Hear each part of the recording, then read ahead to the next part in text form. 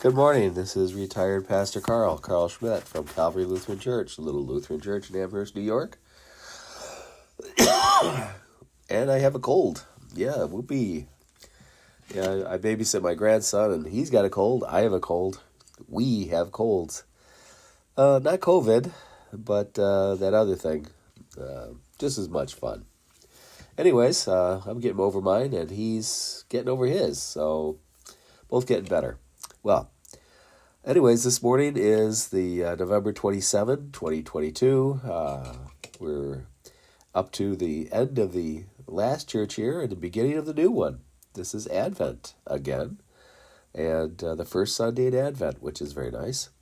The text for the first Sunday in Advent is always the same as for Palm Sunday. So Palm Sunday begins Holy Week, and the first Sunday in Advent, which begins the church year, are the same text, both from Matthew chapter 21, verses 1 through 9. And it's the entry into Jerusalem. Basically a parade that happened that day, oddly enough, of all things.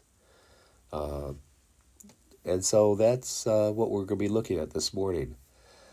So let me read to you the text from Matthew 21, verses 1 through 9. Hopefully you'll be able to understand me. My voice is very nasal.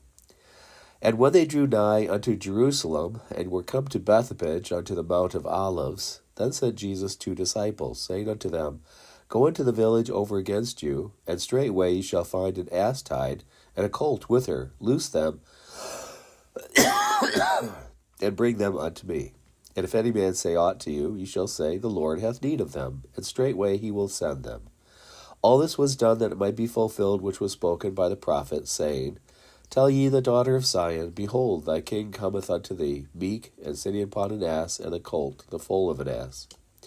And the disciples went and did as Jesus commanded them. And they brought the ass and the colt, and put them on their clothes, and set him thereon. And a very great multitude spread their garments in the way. Others cut down branches from the trees, and strawed them in the way. And the multitudes that went before and that followed cried, saying, Hosanna to the Son of David. Blessed is he that cometh in the name of the Lord. Hosanna in the highest. Here ends that portion of the Gospel text of the Gospel of Matthew, the 21st chapter, verses 1 through 9. Now, we're looking here at this situation where Jesus is come unto Jerusalem. And throughout history, people attach significance to places. For instance, sometimes the land goes up after an earthquake or after a tectonic plate shift and forms a set of mountains. And so suddenly a place that used to be maybe even underwater, because at the top of some mountains you find shark teeth, which indicates that at some point they were at the bottom of an ocean, not the top of a mountain. And yet, once they're at the top of a mountain, people go, oh, look at that. It's such and such mountain. Oh, my goodness. And we should climb this mountain. It should become such a thing. Whereas an open field somewhere, which has equal real significance and probably much more usefulness, is not a thing. It's just a field. You have to cut the grass. But in a mountain, oh, my. So people, oddly enough, we're the kind of animals that we attach significance to places. We're very much creatures that do this. For instance, here in Buffalo, we have the Buffalo football team. And in Detroit, they have a football team. In Dallas, they have a football team. And these big American cities have football teams. And it becomes a big contest, and people gravitate toward one team or another based on where they're from. And you find 80,000 people getting together in ice cold weather for 4 hours to cheer on a bunch of guys who get paid millions of dollars to throw a football around. Of course, if a bunch of kids get together in a field somewhere and throw a football around, 80,000 people don't gather, spend millions of dollars, and yeah, you get the idea. But the whole idea of attaching significance to a place becomes not only a thing, it becomes a monumental thing. Jerusalem became very much that same way. It became a place that had all sorts of crazy significance attached to it. Frankly, it's just basically another city. For all practical purposes, it could be Cleveland. There is literally no difference between Cleveland, Ohio, and Jerusalem. They both are on the globe called the planet Earth. They're both on the surface of the Earth. And they're both above sea level, which means they're dry land. Both have buildings. Both have streets. Both have people. I see the similarities are striking, actually. Sure, Jerusalem is a much older city by several thousands of years, but big deal. It's just an old city compared to Cleveland, which, well, our whole country is pretty new, so it's a new city. And yet, it's just a place.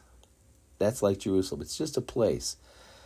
Sometimes it's not so much about a place or the thing. It's what happens at a place. And that's what's really more significant. You discuss something. If you talk about Cleveland, for instance, I live in Buffalo. But if you live in Cleveland, you could talk about the industry of Cleveland. You could talk about their tech industry, their manufacturing industry. You could talk about their commerce. You could talk about the type of government system that they have there. You could talk all sorts of statistics about Cleveland. The educational system, the number of people between ages 1 and 18, for instance. And I'm sure someone has a statistic on that. It's a place with people, and so is Jerusalem. They're both cities, basically. And they're both modern cities. I mean, you'll find cars in Jerusalem, and you find cars in Cleveland. Again, people with telephones in both. They're basically just places where people live. Now, some people talk about a holy city. Well, I'm not sure anyone describes Cleveland that way. Unless you're cheering on the Cleveland Browns or their football team, or maybe I don't know, they have a baseball team. I don't know. But no, people don't describe Cleveland that way. But then you've got this place, Jerusalem, that's been around for thousands of years, and people have attached all sorts of crazy significance to the place. Well, the fact that Jesus in this text, Matthew 21, starts off verse 1, and when they drew nigh unto Jerusalem, and were come to Bethphage unto the Mount of Olives, then sent Jesus 2 disciples, and then the rest of the story unfolds. And then this little parade commences. You see, it's not the place that matters at all. If Cleveland had existed, Jesus could have entered into Cleveland. Big deal. The place is entirely immaterial. What matters is who is there and what is he doing, and why is he doing it. The first question is who? It's Jesus. Why has he come to this place at this time? Well, a lot of people who seemed religious or practiced some kind of religion had been in Jerusalem and had lived or gone through Jerusalem and whatever over the centuries and millennia. Big deal. That's not the important thing. But this one guy comes into Jerusalem and there's a little parade. Again, I'm not a fan of parades. I don't go to parades. I'm not a big fan of parades. I just find parades annoying. I guess if you're in the military, parades are important because it's part of the whole military thing. That's just not me. And, okay, so you like parades. I'm not a fan of them. And then this day when Jesus enters in, there's a parade. Why? For who he is? Do they even know who he is? Frankly, I doubt they know who he is. He's popular, hence the parade. But why is he popular? Well, people attach themselves to all sorts of people, and they're popular for a time. No one's popular forever, but for a time. Political people come and go. I mean, it's if you live long enough in this world, You remember different politicians as they've come and gone, and it's actually kind of hilarious to watch these people come and go. The smart ones don't attach any political real significance to themselves, realizing that life is short and the best we can do is help each other out. And if you have a government job of any kind, the idea is to be honest and be kind and to help one another. But to watch politicians and the idiots who fawn over politicians, this has become in the current America ridiculous. It's just a job. If you sell just shoes at JCPenney or Sears, or well, I guess Sears isn't around anymore. But if you sell shoes at Penny's or some shoe store, and you're a salesperson, well, do a good job. Sell the right size shoes to the right person. I mean, construction worker needs heavy, thick-soled shoes, boots. And if it's a girl coming in for a little dance recital, she needs little ballerina shoes. They obviously have different shoes of different size, so you do your best job to sell them the correct right shoe. Well, see, that's a job. It's a thing. You get paid. You go there, you get paid for it. And the best thing to do is do it kindly, do it correctly, do it honestly, and then collect your money, go home. Politicians, exactly the same thing. It's just a job. The real name for it is public servant. You're actually a servant. Why people fawn over this whole thing is absolutely ridiculous. Do you fawn over who your garbage man is? Well, your garbage man is a public servant. And he's a doggone good one, too. You know what would happen if your garbage man didn't show up? Ours is on Friday. Chaos would ensue. You'd have rats. You'd have a mess. You'd have piles of trash. The stink would be overwhelming. Your garbage man is one of your sanitation workers, one of the most important public servants you have. If the mayor doesn't show up for a month, big deal. Your garbage man doesn't show up for a month, it is a big deal. So this is how you can kind of gauge the importance of public servants. The people who deliver water, extremely important people, but you don't find people having parades for them or fawning over them or making a fuss. No, it's a job. They handle water quality and water delivery, and they do a great job of it. We have good water here in Buffalo, New York, because they've worked hard for a long time to do their job correctly and well. It's not easy. Sometimes they have to dig up water out there in the freezing cold and 3 feet of snow. And they're out there. I've seen them. Backhoes at 2 a.m. fixing up a pipe. It's no fun. And there's no parade for them. They go home freezing cold and covered in wet mud. But they do it. They're public servants. So Jesus has a parade and he's popular. And does it mean anything? No. That's why I'm not a big fan of parades. They're completely meaningless. And this Palm Sunday, this entry into Jerusalem, as far as who he is, I don't think they know. Just like as far as public servants, like a president or a senator, big deal. If they don't show up for weeks on end, nothing changes. It's not like your garbage is going to pile up. It's not like your water won't be delivered in the pipe. All that still, the necessary stuff still happens. They're frankly not that important.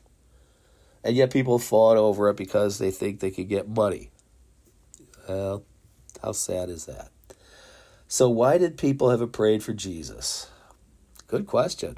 Some of them wanted things from him too, just like they want things from a politician. They want to line their pockets. Because you know what? If they couldn't line their pockets, they're not going to be out there in the cold, wet weather having to parade for him. I'll guarantee you that. People are fundamentally lazy by nature. We all are. And so you're not going to do something that doesn't benefit you. I think nothing happens without vested interest. I've always been convinced of that. So they have prayed for him. It's because I think they wanted something from him or thought they could get something from him. He was popular because he did some miraculous things. Big deal. Really means nothing. That's not why he was here. It's not who he is. He came and told people who he is. He's the Son of God. Born of Mary, true man, and born of our Heavenly Father. True God and true man. Do I understand that? Not at all. Do the people who were lining up to have a little parade for Jesus on that day understand it? Not at all. They had no clue who he really was. Even his disciples who were there did not understand him.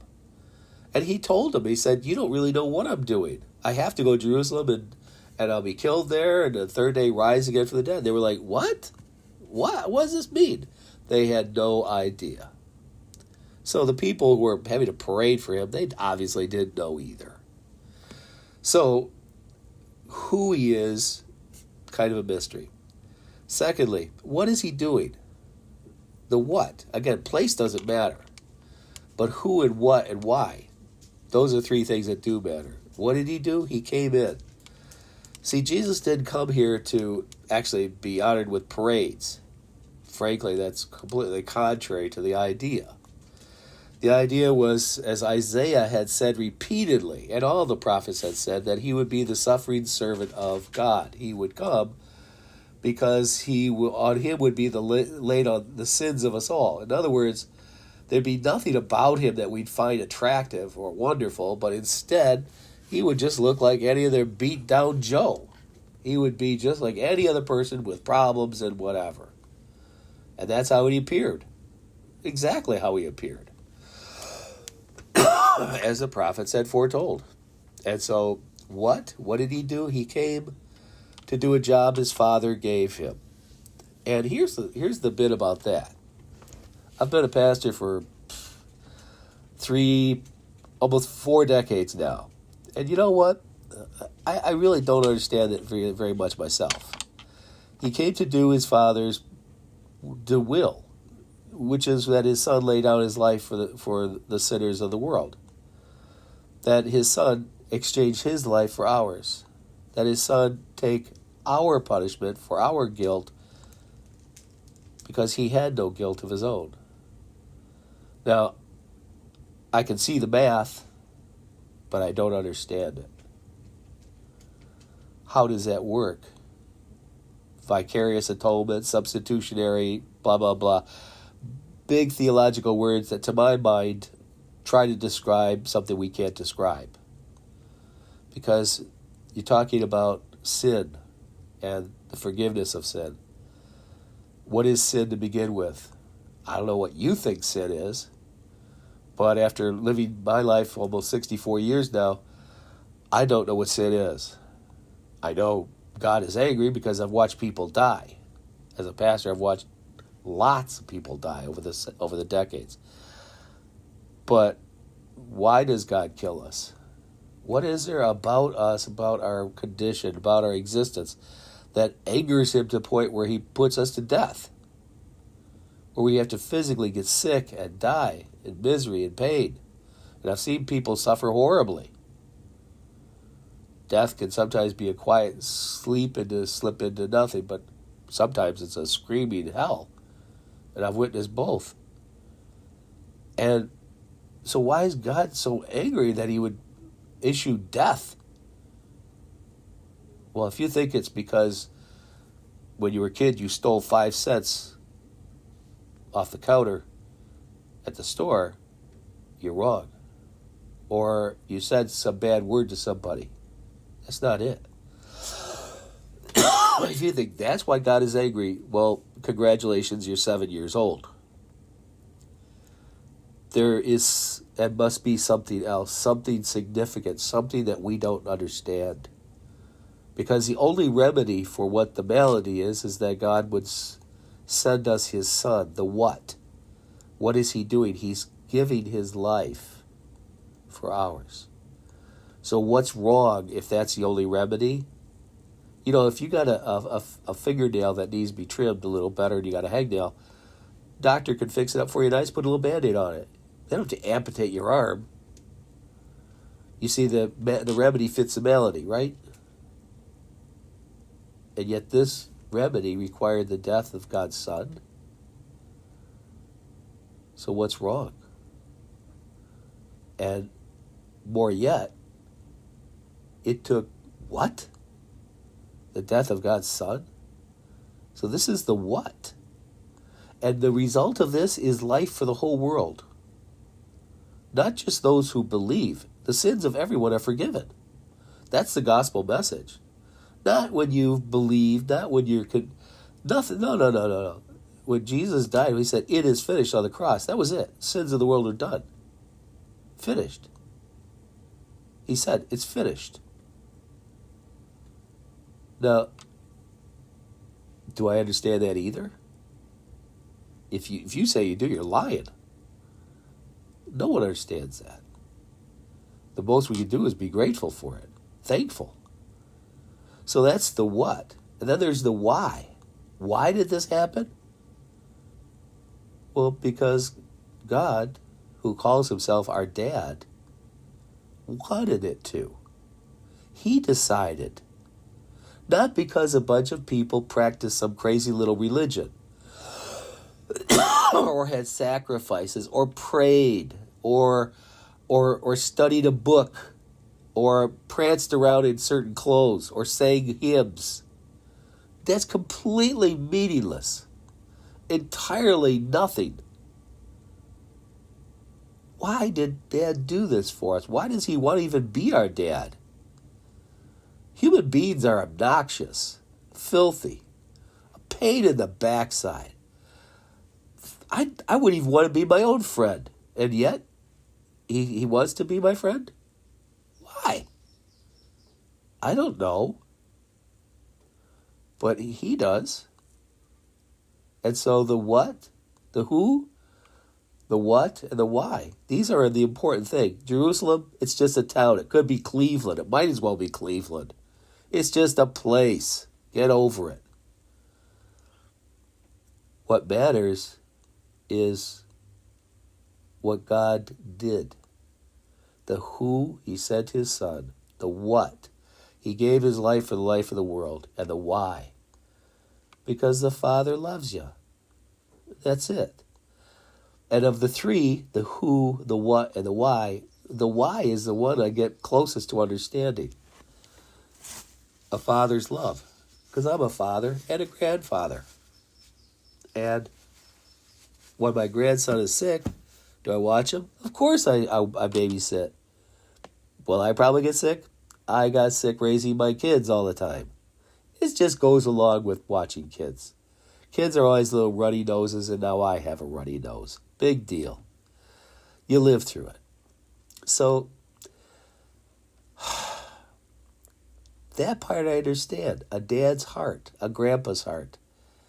And if God says he has a father's heart toward us, that's the only part I actually do get. Love. A love that sets itself forth for its own family. That's what God does. That's what this text, this parade into Jerusalem, is all about. Those people didn't understand the who, the what, or the why at all. They just thought of lining their own pockets. They just thought of popularity contests. They just thought that they might get something from him. They didn't understand the who, the what, and the why. Again, the place doesn't matter. So that's what the sermon is about this morning. For this first Sunday of Advent, this new church here, the who, Jesus, God's Son, true man, true God. The what, he came to this world to offer his life for ours. And the why, the love of the Father. That's religion. That's all it is. It's not the prancing, it's not the singing, it's not the liturgy, it's not the buildings, it's none of that. It's an idea. It's a who, it's a what, and it's a why. Okay, well, this has been retired Pastor Karl. I'm going to end it here because my voice is probably going to go south on me in a minute. I hope you take care of yourself. Make sure you get your flu shot. I had my flu shot. I still got a cold. Big deal. Make sure you get your COVID shots. I mean, that only makes sense. It's a disease. You don't want it. Over 1 million Americans have already died from it. People who obviously did not need to die did die because some idiot politician who, for his own demented reasons, peddled some garbage about not getting a vaccine.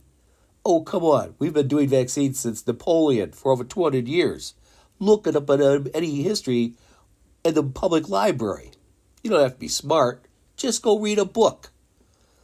And yet 1 million Americans fawning over some idiot politician did get a shot that could have saved their lives. Duh. So rather than fawn over idiots, look at something important, the who, the what, and the why of Matthew 21, verses 1 through 9. Jesus came to give his life because of Father's love. That's it. Again, this has been retired Pastor Karl Schmidt, Calvary Lutheran Church. Hope you have a good day. Take care.